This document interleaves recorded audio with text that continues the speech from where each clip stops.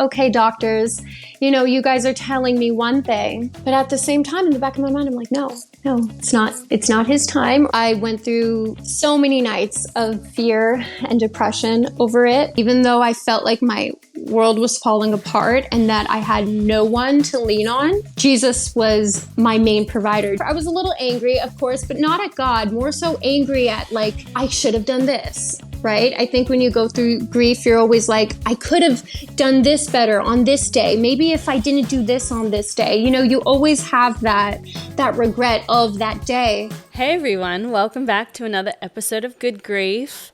We have a special guest with us today, Miss Ava Capra, all the way from LA, and we're talking about pet loss today. So our special guest has joined us to vulnerably share, and we're just so excited to have you. Ava, how are you today? Hello guys, I'm good. How are you? We're so good, thank you. And I'm always interested in what's happening in LA. It's been a few years since we've been there.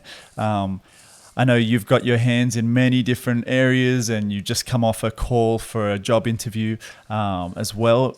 Yes. What can you share what the job interview was for? Was it for a show or a movie or a song? Well, yeah, it's a little top secret. Guess you guys will just have to find out. Okay.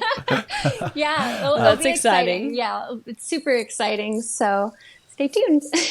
Okay, cool. We will. And many people will know you from America's Next Top Model and The Circle, which we know America's Next Top Model, not that we watch it, but The Circle, we had to do a bit of YouTubing and a bit of We had to look that up. It looks wild. Oh, I bet my God. That was a time for you. Yeah. How does The Circle work? And can you just tell us like a snapshot of what it's like? Sure. So being on The Circle, it basically is a competition reality show where you're up against all of these people who are aspiring influencers.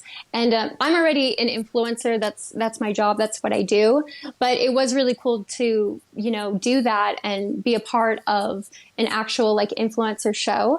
And I also got to be on there with my sister as well. So we were like the dynamic sister duo. It was so much fun. So cool. Yeah. Oh, that's awesome. Yeah, that's we got to shoot cool. it. I think it was like in the UK, and it was during the pandemic too. So such a wild experience, completely. And were you stuck in that apartment? Like, did you stay there the whole time, kind of thing?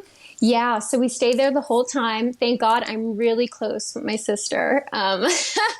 Totally. We were, oh my God, we were making food in the kitchen, and it was just every left and right. There was just always something exciting and something to look forward to. So yeah, I would do it all over again. So much fun. That's amazing. Yeah, we'll have cool. to get you on like one of our Aussie reality shows. I think maybe Celebrity Get Me Out of Here would be pretty cool. Yeah. Have you seen that one? I have seen that one, and I'm such an adventurer, risk taker. I think I would have a lot of fun on that one. Oh yeah, Oh totally. my So God. good. Oh, that would be So so cool. I worked on that show. I made costumes for it for a couple of seasons. No so. way! Oh my God! Yeah. How was that? That's so cool. Oh, it's so fun. It's such a cool environment. And to see So we'll everything see in what the strings back. we can pull. Oh my God! Well, God willing, that would be awesome. I would so love a trip to Australia and see how it all goes down. That'd be so cool. I was also a chaperone for one of our Big Brother seasons, and that was pretty wild too. So Oh my God! So we're reality TV family. You guys get it. Oh my God! You're front of stage. Yeah. Kaylee's back of stage. Yeah. Back That's of right. stage. Oh, but it's so exciting to be back in in the back and see like all of the lights and see how it all unfolds. how That's it all works awesome. and comes together. Yeah. Oh, that's such a fun job. Well, how cool. I love it. Yeah. So cool. Hey, so I'd love to get to know your beautiful Casper on today's show. Would you mind just sharing a little bit about Casper and just how you guys came into each other's worlds? Sure. So flashback to over 12 years ago, I found Casper in the back of my yard, and it was so weird because at the time I was around like 16, 17 years old. I really wanted a pure white bunny. I don't know why. It's just, God gave me this vision that I wanted to have a pet, and it was a pure white bunny. And I prayed on it.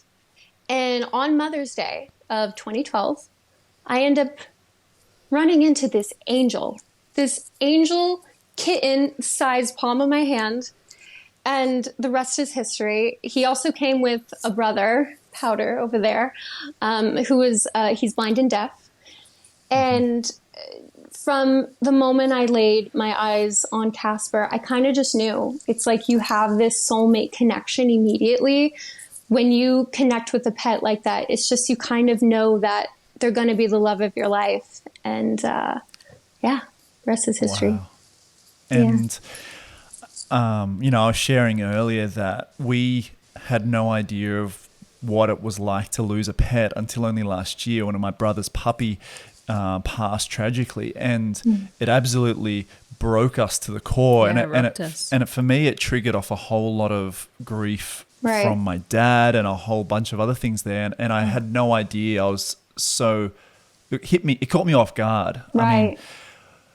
I mean, what was it like for you with Casper as you started to realize that, you know, maybe something wasn't wrong? Like, how did he pass? Like, what were your feelings and emotions at that time? Right. So Casper had congestive heart failure, and it's usually more rare apparently in dogs. And so he got diagnosed with that in 2022 of January. He had his first episode, and we had no idea up until that point what was going on. I mean, he was 10 years old. He looked completely healthy and fluffy on the outside, but on the inside, you know, I guess there was something going on. I walk into my room, come home from the gym, and he's lying on the floor. And he had some situations where he, went to the bathroom and everything. And it was just such a shock to me because he's never done that ever. So it's kind of just been 2 years of going through the agony and the pain of taking him to the vet and them saying the same thing, them saying he has stage 4, there's nothing you could do, and prepare. The first time I took him to the vet, they told me months. I have months. Wow. And how do you cope with that sort of anticipation? Oh, God. Well, I really did lean on my faith with that because, in a sense, I didn't believe it. I kind of was like, okay, doctors, you guys are telling me one thing, and you guys, of course, I'm so grateful for. If it wasn't for them, I wouldn't even have had 2 more years. God used them as vessels, right? But at the same time, in the back of my mind, I'm like, no, it's not his time. Or even if it is, whatever, I have the faith that my cat is going to survive. I believe it and I receive it. I don't accept anything else. I went through so many nights of fear and depression over it. In 2022, it's kind of like my life was over. And this is while Casper's still here with us, right? Right. So while Casper is still here, we had him on 4 different medications a day. So I tried to, of course, still do my influencing and my work and all of that during the time. It was definitely difficult because we were constantly having to come home and, take care of him, which I would do it all again. That wasn't the issue. It was more so just kind of like constantly being in that fear every time we would go to the vet.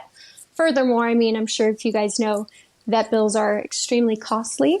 Yeah, totally. Thousands of dollars. It was, constantly, and just having a lot of that, oh my God, we have to rush him in. And then start feeling depressed again. But then I'd come home and he'd be meow, meow and being like an angel, Wow. So it was kind of like a twisted mind game that I felt like I was constantly yo-yo. playing. Right. Because in my heart, I was like, God, you got it. They say he has stage 4 and that he's going the next day. I don't accept that, nor do I believe that. So I'm going to be a little delusional, and I'm going to believe. I've given it over. Right. I fully This is not my burden. Exactly. I fully gave Casper's spirit and life in God's hands. And there was a realization when one of the episodes that he had, and it was towards the end, October 30th, the night right before Halloween,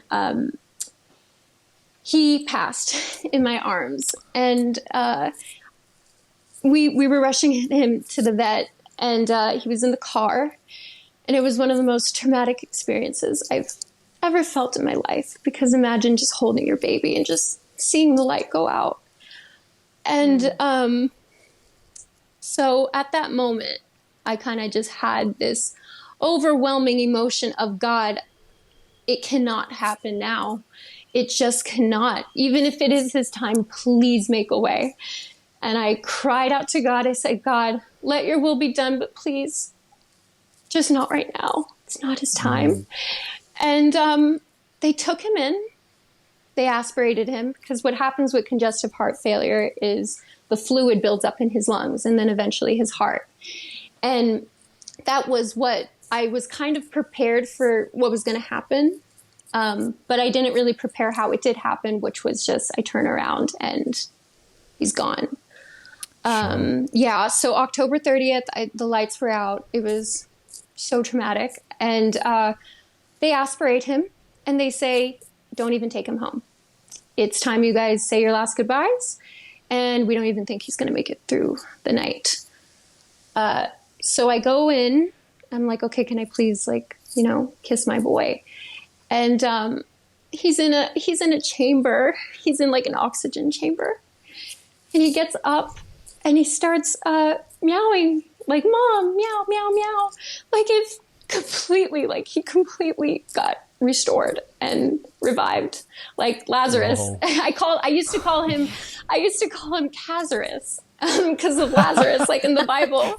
And That's awesome. Because every time, literally, he would have these episodes, and we were like, "Oh my God, we have to prepare." And then, out of nowhere, he would just, bam, bounce back, get his life back. Yeah. And they say there's times, cats have 9 lives. He came back over and over and stronger than ever before, loving than ever before. It was like night and day. So he's in the chamber and he's meowing, and I remember my mom turns to the nurses and she goes, "See, that is Jesus." And they were like, we can't even deny it. Like, we cannot even deny Go, Mom.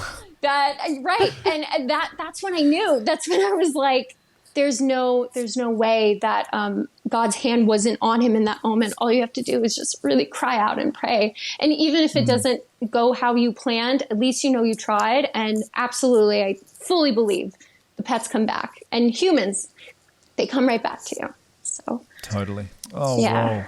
Wow. And so what happened? So that was October 30th. Right. Yeah. And then I had 2 more months with him. Yeah, so he came back stronger than ever and probably, denied all odds. Oh, so you actually did take him home, and they were like, after they'd said, don't bother taking him home, he actually... Right. I was like, no. When I saw him in the chamber and he was meowing and purring and rubbing up against the chamber, I'm like, no, my cat's fine. We had to stay overnight. So we slept in our car, and I'll never forget during that time, our pastor actually ended up coming on to the phone. It was like 3-4 in the morning. And I was like, God, give me a sign. And our Pastor Ture, he comes on to Instagram Live, and he's like, I don't know what's going on right now, but I want to pray for anyone that's going through like pain and hardship. And I listened to that prayer. And I took it all in. I was like, wow, this is such a clear message, God, that you want me to hear with what is going on right now. We had to wait for the cardiologist to come in. And they check him all up, and he was ready to go home. They put him on more medicine. Yeah, they put him on definitely higher medicine. They put him on dog heart medicine. So my boy, he was so medicated, but you never would have known it. He literally playing around everything. Wow. So yeah, I took him home. Yeah. And so between then and I know he passed in December, what were those next 2 months like? Was it stable? Was he downhill? Like, did you notice anything different, or did you think, oh, he's okay now? Or was it yo-yo again? Right. So when I took him home, it takes a couple of days for him to regulate back. They do the shaving and all of that. Poor boy. He still looks gorgeous. He wasn't fluffy.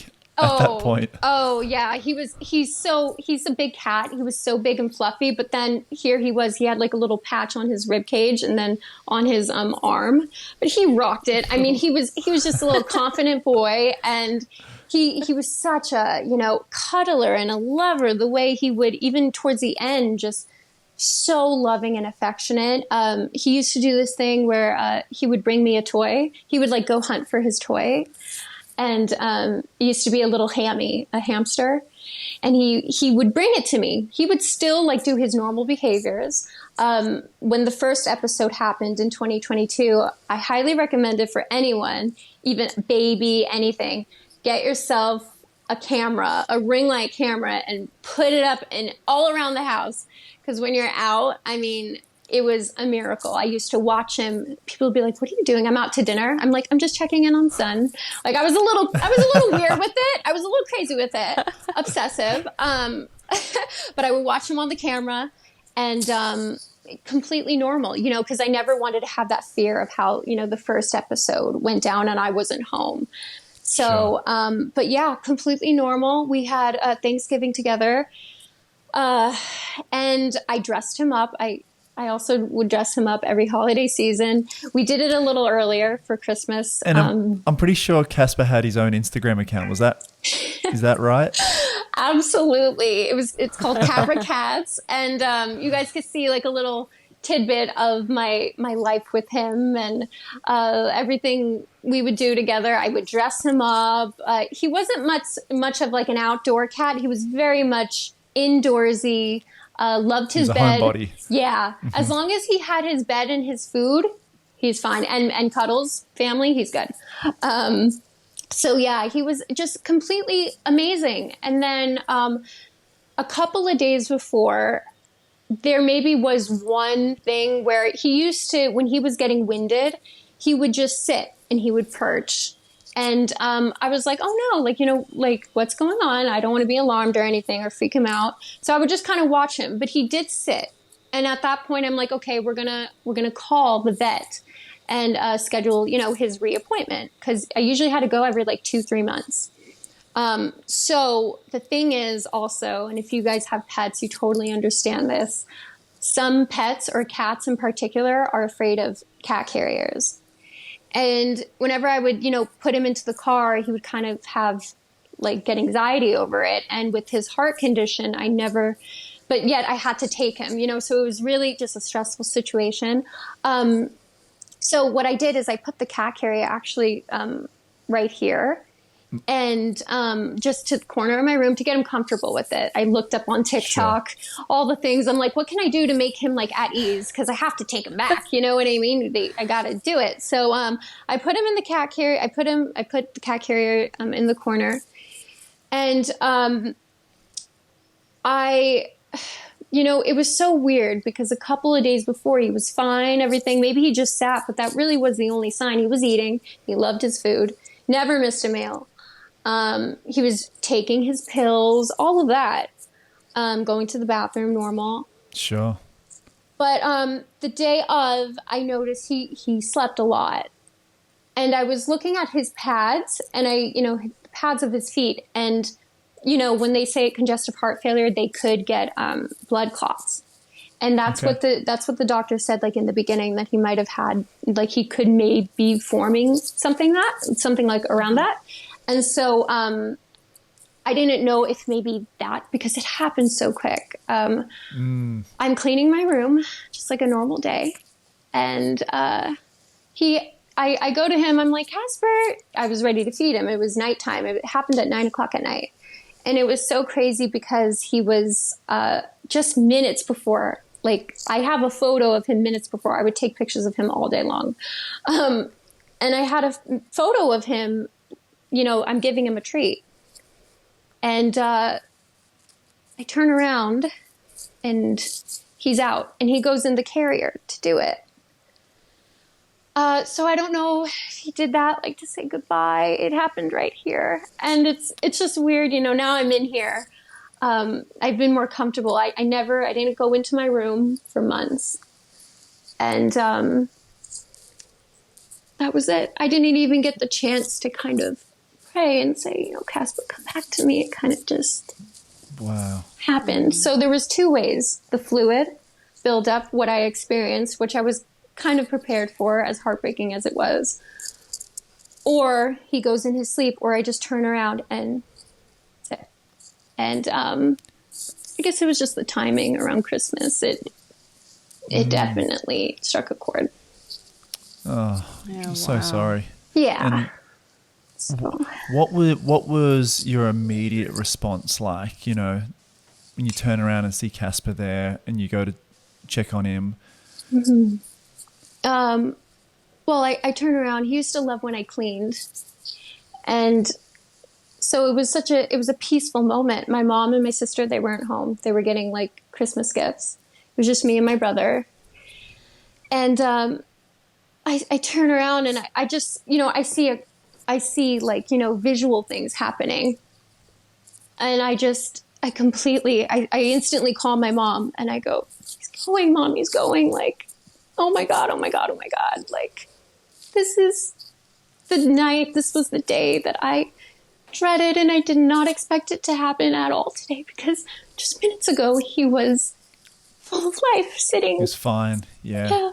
So, I could not believe it. And, it was just one of the most heartbreaking things besides anything else I've been through that moment. I lost a piece of myself. Oh, and especially after he'd walked through so much with you. So much. You know. So much. Never has hurt me ever. Yeah. So, that at that moment, I was numb. I held him in my arms, and it looked like he passed so peacefully. Like, it just looked like it was just an immediate like shock to the heart, which I could maybe think, was it a blood clot? Was it the medication? And there was nothing that we could kind of do at that point. You know, we exhausted all of the options apparently, but yet I still, in the back of my mind, I had that faith. I was like, no way, like, he's going to live on. It's just, I guess there does come a point in time where when things happen like that and it's so sudden, you have to just be like, okay, it was his time. You'll never be prepared for it. You will always feel that pain, but I guess it happened on his time, and it's what God feels was the better option. And what do you think made the difference for you in this moment when he actually passed, for you to give it over to God and somewhat accept it in the moment, versus, you know, October when you were still praying that he would come back to life? You know, right. What was it for you? Well, to be honest, I did go through a total, like, I went through my anger phase. I went through a ton of emotions, but in that moment, I was panicking because I just kind of couldn't believe it happened days before Christmas, when I was kind of preparing, you know, a new year with him, and you're probably preparing outfits for him, right? And all sorts of things. I was photo shoots. Yeah, I was preparing. I mean, I have videos of me saying, "You're going to live another 10 years," like, and I truly, in my heart, like, I believed it, like, as if he never was diagnosed. You know what I'm saying? Sure. But at the same time, the acceptance of it, I kind of just, at that moment, I remember when it happened, I go, guys, I need a moment. I need to just kind of scream and go outside. I don't care if my neighbors hear me. It was late at night. I felt so bad. They called us. They're like, "Are you okay?" Like, well, they're good neighbors. Most neighbors don't call these days. I know. They were so nice. They did get concerned. They're like, is someone, like, you know, getting slaughtered? Are you okay? Like, I was so loud, and because I was just bawling. Like, I screamed to God, and the first thing I said was, "God, why? God, why? You're why like, now?" Yeah. Yeah. I just wasn't there.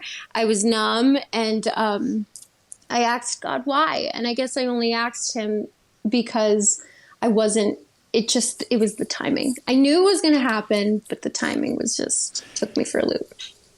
And do you feel like, I don't know how you hear from God, it's different for all of us, but do you feel you got an answer? Are you still searching for that answer? Do you feel peace about Casper's passing? Where are you at there? Well, currently, I do feel like I have some sort of peace. There's moments where I fall into my depression over it, and I spend days like, oh my God, he's not here. And I could be like doing fine, right? And then in the grocery store, it just hits me out of nowhere. And I'm like, whoa, like the realization is that I won't come home to him. And so I have my ups and downs for sure about it. I'm really trying to see the light and do better and be more. So I'm in the denial phase, I think, right now, right? Like I'm looking at pictures of him. Also, I'm trying to honor him right now. I feel like my heart is eventually going to be ready soon to post a memory of him, because a lot of my followers, they grew up with me. They know Casper. I even here, one of my followers, they sent me a Casper cup of. I love that. Yeah, so I mean, they know. So many companies and brands I've worked for too. I've gotten him custom made on everything. And so, when your audience knows that relationship, what was the support like from your audience over the last few months? Right. So a lot of people, I kind of fell off of the face of the earth for a while. And that happens. Yeah. That's not like me being, a social media influencer and posting and everything. I've gotten a lot of DMs saying, Ava, are you okay? Like, are you good? Like, you haven't really posted on your page in a while. And, I think my audience deserves that, my comeback, and me posting a memory of him, even though it's 12 years. It's so hard to make one post 12 years, Totally. 12 years of someone that you loved so much. But they've been extremely supportive and great. And I know when I do get back to posting and I'm ready to make my Casper post, they'll be ready for it. I'm planning to do my music this year, and in memory of him, I'm going to name my EP Casper. So, oh, cool. Yeah, because That's so special. Yeah, I used to sing to him, and he used to love when I would serenade him. So, I'm going to be in memory of him. I'm going to be doing that. So, have you written a song about him yet? Oh, absolutely, but I can't really get through it without crying. So yeah, no, that's fair. So fair. Yeah, I'm still at that stage. It's good to give yourself at least one good cry a day, and that's what I do. I've cried maybe about like twice today, but it's always good to do. Just get out your emotions. It's okay to heal. For months, for months I was like, I'm not going in my room. I can't. The memory, right? It's so traumatic, and now I look at photos. I'm laying in bed and I look at photos of him, and it's like, I tell you, it's like he's right there. And it's crazy. It's really crazy how the spirit is all around you. Yeah. And tell us, what other things have been helpful in your grieving process? Okay, so this is like a little surprise that I really haven't showed much people on my social media. And I feel like it's like a 360, complete turnaround. Casper used to be at my window. And in 2022, I have a video recording of him having an encounter with another cat outside of my window. And I always was like, oh, is this like his little girlfriend, like coming around? Like, did Casper find love? Like, oh my God. Like I was over the moon. I was like, oh my God, this is so sweet. So I have an actual video recording of their encounter. And then I realized he used to be up at the window a lot. And fast forward. Many girlfriends. Yeah. Oh yeah. God only. I have no idea. I mean, he loved that window. I thought he, just liked to look at the birds, and he was just so precious. But no, he loved looking at the window. And fast forward to a couple of days before he passes, he's at the window again. And then December 21st, he passes. And at that moment, I'm like, oh my God, give me a sign. Look, I know he can't come back. I know his body has deteriorated, but if there's any miracle or some way, I don't know. Just give it to me. I wasn't planning to immediately get another pet, although I know that's how other people do grieve. I was going to just wait a couple of months or years. And turns out January 30th, have my mom, she's screaming. She's like, Ava, come out here, the front porch. our dog Moses, he's a pit bull. He was going crazy. I was like, what's going on? What's the deal? I look over the front porch, and I see 5 kittens. Oh my gosh. I see 5 kittens. I don't know if it's the cat distribution company. They say, people just dump cat. I don't know what. And do they yearly drop off? No, it was surreal because, I'm currently in the process of moving, and me and my family, we have not seen cats, or we've never encountered kittens or cats for 6 years. And all of a sudden my boy goes to the Rainbow Bridge, and there's these kittens outside of my front porch, and the mother was the cat that Casper used to play with outside of the window. Wow. Yeah. So I have her. She's on my bed. She's lying on my bed, and yeah, you've got a whole gang. These are my That's like a movie, Ava. You could write a script about this. Oh, totally. I mean, what are the odds, right? I mean, I was asking God, I was like, God, just some miracle, some way, right? And I didn't ask, to have more cats. They kind of just fell on our lap. So, Totally. And this is Powder, and he's blind and deaf. That's his brother, Casper's brother. I know. I love Powder. He's madly in love with them. We call him Papa. And Awesome. I don't even know how it happened. I wear Casper as a good luck charm every day on me, just as a remembrance. Yeah, tell us about that. What is that you've got? Yeah, so I have his fur, and I kind of just, whenever I'm doing something, or if I'm going through anything, I hold it and I pray and I go, Casper, I miss you. I dream of him. I talk to him all the time, and it's really helped me in a way to deal with the grief. And now, when I come in my room, there's just a sense of, instead of tragedy and pain and the, struggle, I look at all these kittens coming to me, they're so affectionate. And I'm like, oh my God, it's a little bit of Casper. I feel in each and every one of them. One of them, Gizmo, he is super affectionate. To be a feral kitten and to just be so loving, it's unheard of, and I can only think. Is there any chance that Casper is the father? No, he never came out of my room, really ever. Okay. But besides, going to the vet and being maybe around the house, he's never gotten outside. He was actually afraid of being outside. He's never gone out. But imagine, maybe spiritually something happened. Yeah, he's the spiritual father. You know what? I have no idea. I'm like, did they do something towards the window? And I didn't even have the window open. I have no idea what went down. But I think he was I'm crossing over here. You beautiful cat. Here they are. Here's 5 kittens and the mother. So I ended up saving them. Of course, we did the whole talk, debate. What do we do?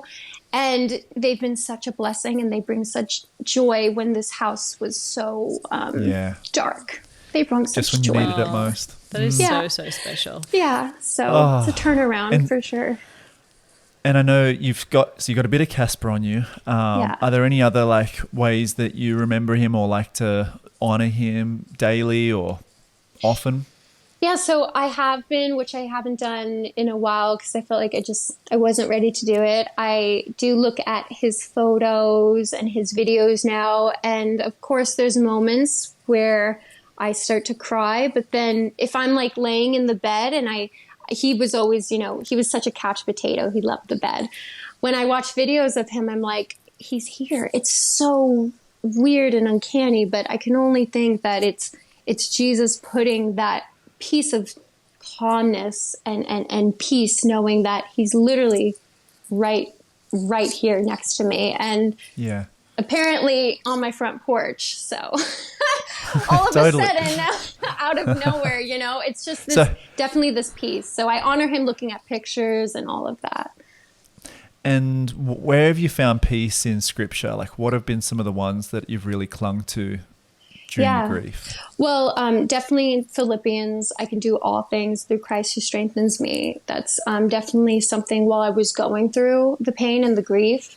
I really turned on to that scripture because it was just so personal, you know what I mean? And with what I was going through. And was it immediate for you to, Casper died? Was it immediate to go to God's word, to pray? Or, some people, they find that hard. What was it like for you?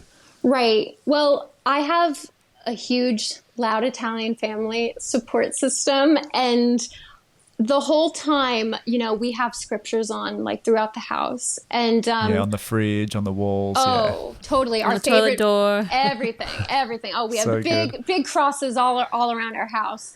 And so I kind of can't like run from it. Not that I ever would, because honestly, it really is just a reminder of how much Jesus loves me. And even though I felt like my world was falling apart and that I had no one to lean on, Jesus was my main provider. Jesus was the one that literally carried me up from this grief, lifted my boy up, and I think honestly sent him right back down. So, I went away I was a little angry, of course, but not at God, more so angry at like, I should have done this, right? I think when you go through grief, you're always like, I could have done this better on this day. Maybe if I didn't do this on this day, you always have that regret of that day. But, my mom said something so beautiful, and she was like, Ava, that wasn't his whole life. His life was beautiful and bliss, and you spoiled them. Do you know what I mean? Like, it's just a different vibe. When they're gone, just don't remember that day. Think of the celebration, Yeah. So. Your mom sounds like a wise woman. Yeah. Oh, she's so amazing. Like, honestly, without her. And such a support. Oh, incredible. Her and my sister, they've really just been like the most understanding, I feel. They told me, Ava, when you're ready, you're ready.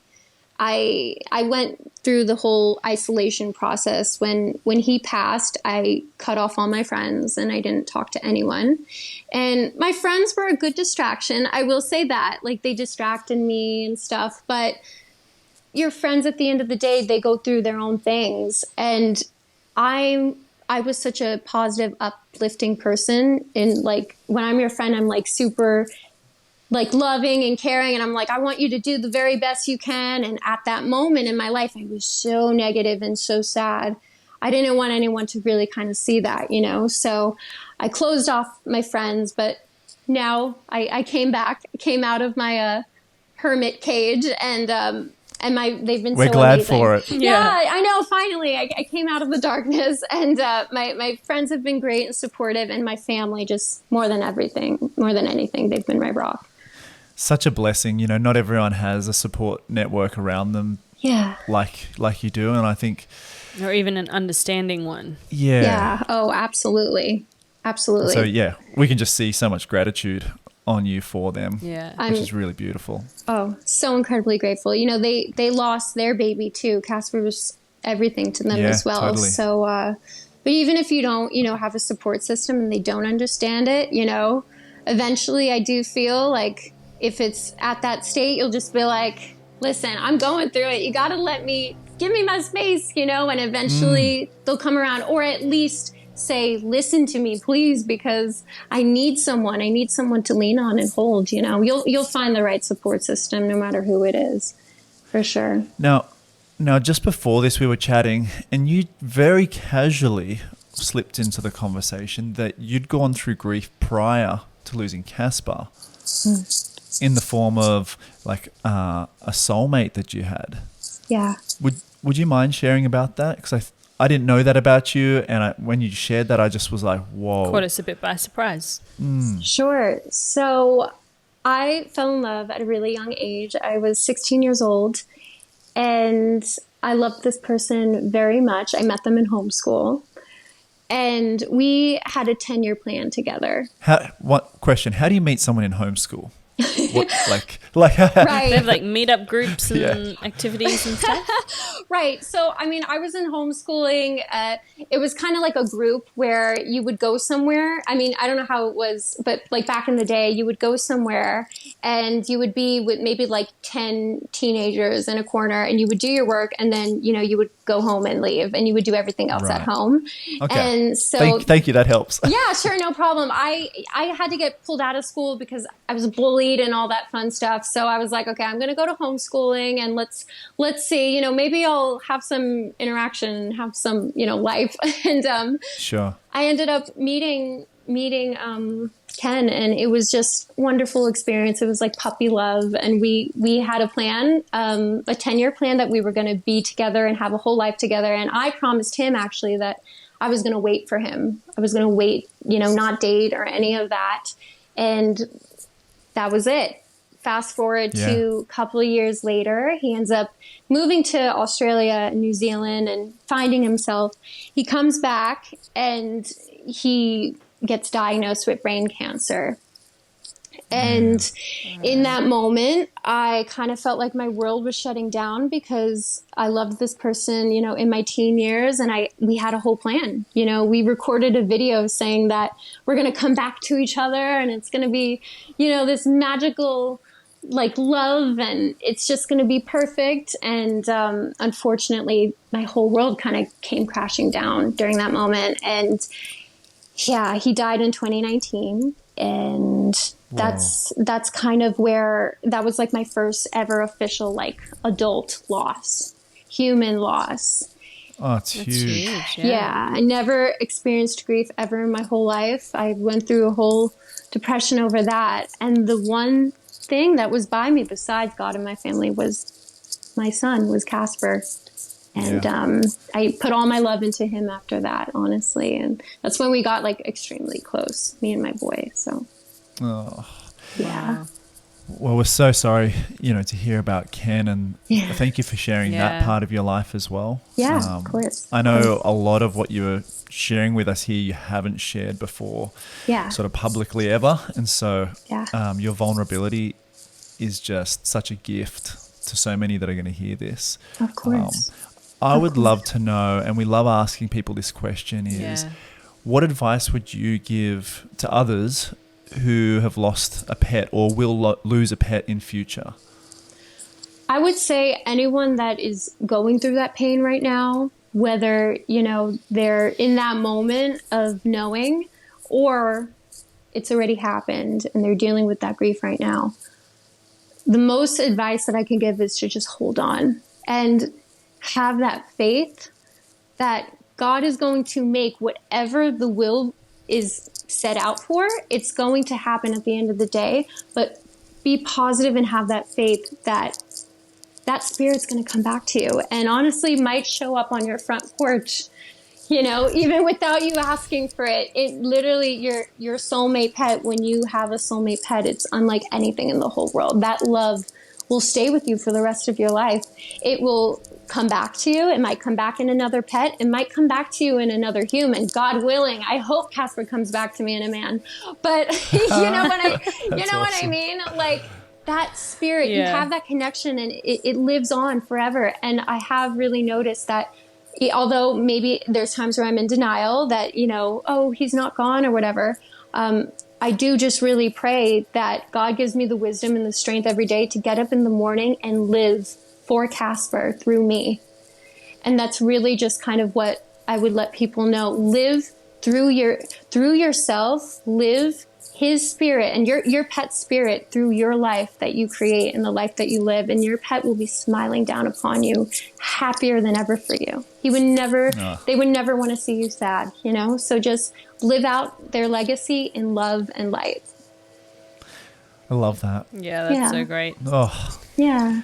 That's what I'm trying to do. Yeah, and you're doing it well. And Thank you. And it hasn't been long either. It really hasn't. So thank you so much for coming and sharing and hanging out with us. We're so grateful for your story and your wisdom. Of course. And just being so open and vulnerable with us.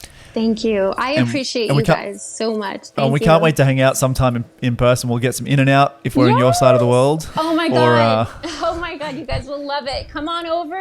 My mom will make the pasta. We'll have so much fun. Oh yeah. Oh, that sounds way better than in and out. Yes. Oh, and in and out too. Oh, if you both? both. Because I love in and out. One for lunch, one for dinner. We're sorted. And we're done. Yeah, we're good to go. You know what I do? I love the in and out fries. And I love that they have the little scripture of John at the bottom of it. Yeah. But, under the fries, under the cups. Isn't that awesome? I want to have like a business, a food business or some business have that scripture in there, right? Because that's how you Yeah. get it through. But you dip the fries in the milkshake. It's like salty and sweet. So good. Delicious. You're making me hungry. But thank you guys Well, so Me much. too. Yeah, right. It's so Yeah. good. I know. Congratulations. Oh my God. So exciting. Well, thanks so much, Ava. And we can't wait to hang out a whole bunch more. Yes. looking And forward to just it. bless you as well on this journey as well, as Thank you. as you progress through grief and as you tell this story to more and more people. Yes. But we've loved having you, so thank you so much. Yeah, Thank you, It's going to guys. bless many. Oh, I can't And wait. to everybody watching or listening, if you found this helpful and you've resonated with Ava's story, you know someone else going through pet loss or is on that journey, share this with them. Be a great friend and pass this story on, and that'd mean the world to us, but also to Ava, who Yeah. shared vulnerably. And Yes, absolutely. until next time, we look forward to seeing you on another episode of Good Grief from Kaylee and myself. Yeah, Big love. big love, everyone. Ciao. Big love. Thank Ciao. you guys. God bless you.